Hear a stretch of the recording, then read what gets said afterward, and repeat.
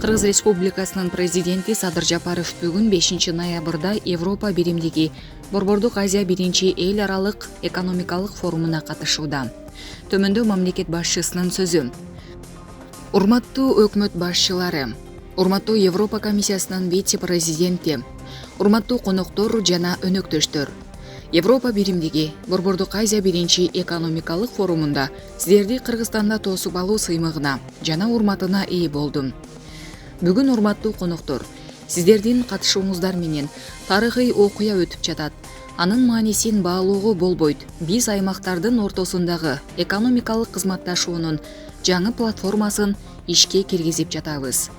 Бул демилгени колдогон үчүн, ошондой эле бүгүнкү жолугушууну уюштуруу боюнча көрүлгөн чаралар үчүн бардык өнөктөштөрүбүзгө чын жүрөктөн ыраазычылык билдиребиз.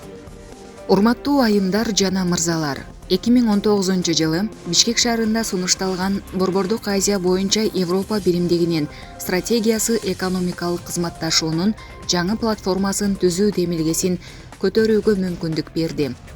Бул бетме-бет иш-чара бүгүн Бишкекте өтүп жатканына кубанычтабыз жана анын негизги максаты аймактарыбыздын ортосундагы экономикалык байланыштарды кеңейтүү болуп саналат. COVID-19 пандемиясы бизде биргелешип, жалгыздан да көптү жасайбыз деген ойду бекемдеди. Бүгүнкү күндө дүйнөдө болуп жаткан олуттуу кайра жаралуулар бизге кызматташуу жана гармониялуу өнөктөштүк, өз ара бакубатты каркуулуудагы конструктивдүү мамилелерди курууга мүмкүнчүлүк ачып жатат жана биз мындай өнөктөштүк мамилелерди куруу үчүн жаңы форумубузду потенциалын колдонууну сунуштайбыз. Урматтуу айымдар жана мырзалар, бул максатка жетүү үчүн бизде бардык зарыл шарттар бар. Биз көбүрөөк инновациялык, туруктуу жана инклюзивдик улуттук экономикаларды куруу маселесин бөлүшөбүз. Биздин өнүгүү стратегияларыбыздагы айырмачылыктарды моюнга алуу менен ошол эле учурда биз аларды кызматташтыктын күчтүү жактарына айлантабыз.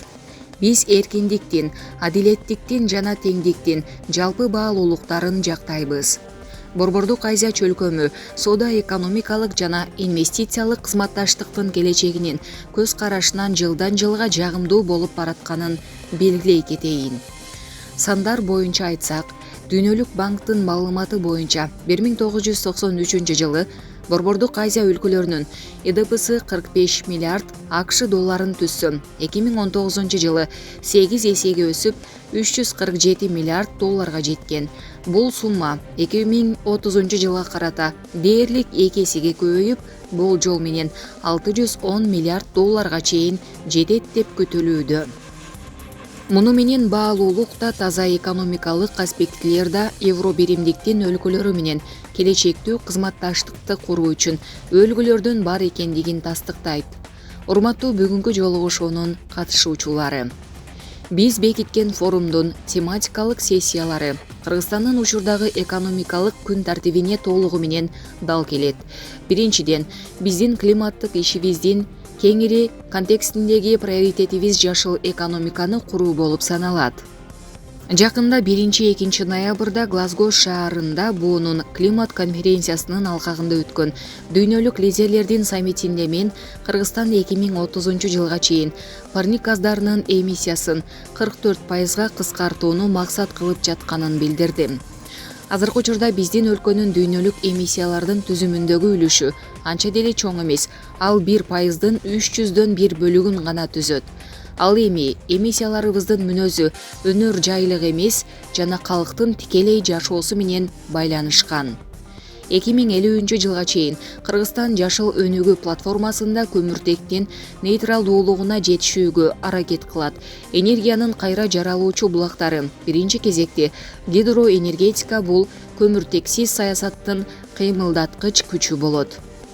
Биз өнөр жай секторун жана турак жай коммуналдык чарба тармагын көмүртектүү энергия булактарынын ордуна биринчи кезекте көмүр менен мазуттун ордуна толугу менен электр энергиясына өткөрүү максатында чакан жана орто ГЭСтерди куруу долбоорлорун этап-этабы менен ишке ашырууну көздөп жатабыз.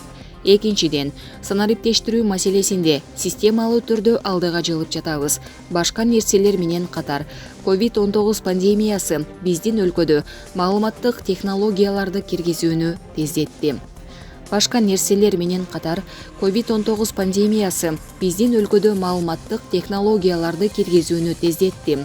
Бул өз кезегинде бардык деңгээлдеги коррупцияга каршы күрөшүү боюнча болуп көрбөгөндөй чараларды көрүүгө көмөктөшөт.